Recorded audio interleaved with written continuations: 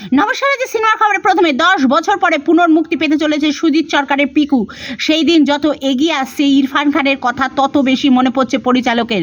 মঙ্গলবার অভিনেতার মৃত্যুবার্ষিকীতে মনের আগল খুললেন সুজিত। প্রিয় বন্ধুকে লেখা তার চিঠি রইল আনন্দ প্লাসে। তোমার হাসি মুখ আর তোমার ওই চোখ দুটো আমি এখনো ভুলতে পারি না। হামলার জেরে স্থগিত শো। পেহেলগাঁওয়ে ভয়াবহ হত্যাকাণ্ডের জেরে এবারে শো পিছিয়ে দিলেন সালমান খান।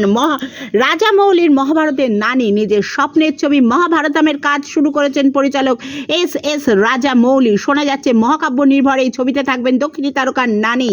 প্রশ্নের মুখে ধর্মনিরপেক্ষতা কি বলছে টলিউড? ঘটনার প্রতিবাদে যে কাশ্মীরিরা রাস্তায় নেমেছে, হাউ হাউ করে কাঁদছে, তারা কেউ ধর্মে হিন্দু নন। মনে করিয়ে দিলেন পরমব্রত। আমরা যদি ধর্মনিরপেক্ষ হওয়া বন্ধ করে দিই তাহলে এমন হবে না তো যে সন্ত্রাসের ঘটনা কমার বদলে আরও বেড়ে যাবে?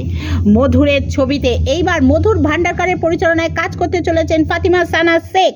আজকের মতো সিনেমার খবর এখানেই শেষ। যদি আমার চ্যানেলটি আপনাদের ভালো লাগে তো প্লিজ সাবস্ক্রাইব করে আমাকে সাহায্য করবেন।